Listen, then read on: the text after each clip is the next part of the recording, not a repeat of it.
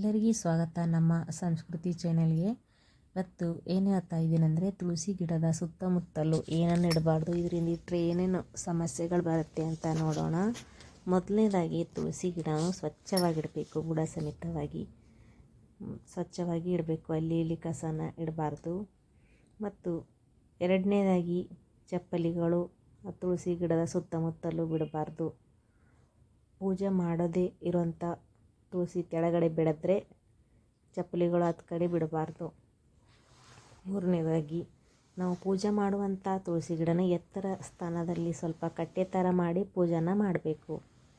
ನಾಲ್ಕನೇದಾಗಿ ಬಾಡಿದ ಎಲೆಗಳನ್ನು ತೆಗೆದು ಸ್ವಚ್ಛವಾಗಿ ಇಡಬೇಕು. ನಾವು ಎಷ್ಟು ತುಳಸಿ ಗಿಡನ ಪೂಜೆ ಮಾಡ್ತೇವೆ, ಚೆನ್ನಾಗಿ ನೋಡ್ಕೋತೇವೆ, ಶ್ರೀಕೃಷ್ಣನ ಅನುಗ್ರಹ ಅಂದರೆ ವಿಷ್ಣು ದೇವರ ಕೃಪೆ ನಮ್ಮ ಮನೆಯ ಮೇಲಿರುತ್ತೆ.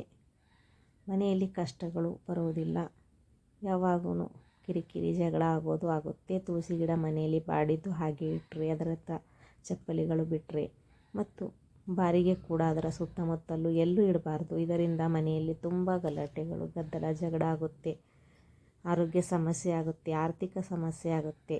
ಅದಕ್ಕೆ ನಾವು ತುಳಸಿ ಗಿಡ ಸುತ್ತಮುತ್ತ ಚೆನ್ನಾಗಿ ನೀರನ್ನು ಹಾಕಿ ರಂಗೋಲಿಯನ್ನು ಹಾಕೋದು, ಪೂಜೆ ಮಾಡೋದು ಮಾಡ್ತಾ ಬಂದರೆ ಯಾವ ಕೆಟ್ಟ ಶಕ್ತಿಗಳು ಒಳಗಡೆ ಪ್ರವೇಶ ಮಾಡೋದಿಲ್ಲ. ಮನೆಯಲ್ಲಿ ನೆಮ್ಮದಿ, ಶಾಂತಿ ಸದಾ ಇರುತ್ತೆ. ತುಳಸಿ ಗಿಡ ಪೂಜೆ ಮಾಡೋದರಿಂದ, ಮದುವೆ ಆದವರು ಪೂಜೆ ಮಾಡೋದರಿಂದ ಗಂಡನ ಆಯುಷ್ಯ ವೃದ್ಧಿಯಾಗುತ್ತೆ, ಎಲ್ಲದರಲ್ಲಿ ಯಶಸ್ಸು ಸಿಗುತ್ತೆ.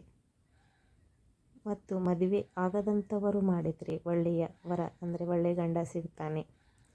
ಅದಕ್ಕೆ ನಾವು ದಿನಾಲು ತುಳಸಿ ಪೂಜೆ ಮಾಡೋದರಿಂದ ವಿಷ್ಣುವಿನ ಕೃಪೆ ನಮ್ಮ ಮೇಲೆ ಇರುವುದರಿಂದ ಮನೆಯಲ್ಲಿ ಶಾಂತಿ, ನೆಮ್ಮದಿ ಸದಾ ಕಾಲ ಇರುತ್ತೆ. ಪ್ರತಿಯೊಂದು ಮನೆಯಲ್ಲಿ ತುಳಸಿ ಗಿಡ ಇಟ್ಟೇ ಇರಬೇಕು, ಅಂದರೆ ನಾವು ತುಳಸಿ ಗಿಡನ ಹಚ್ಚಿರಬೇಕು.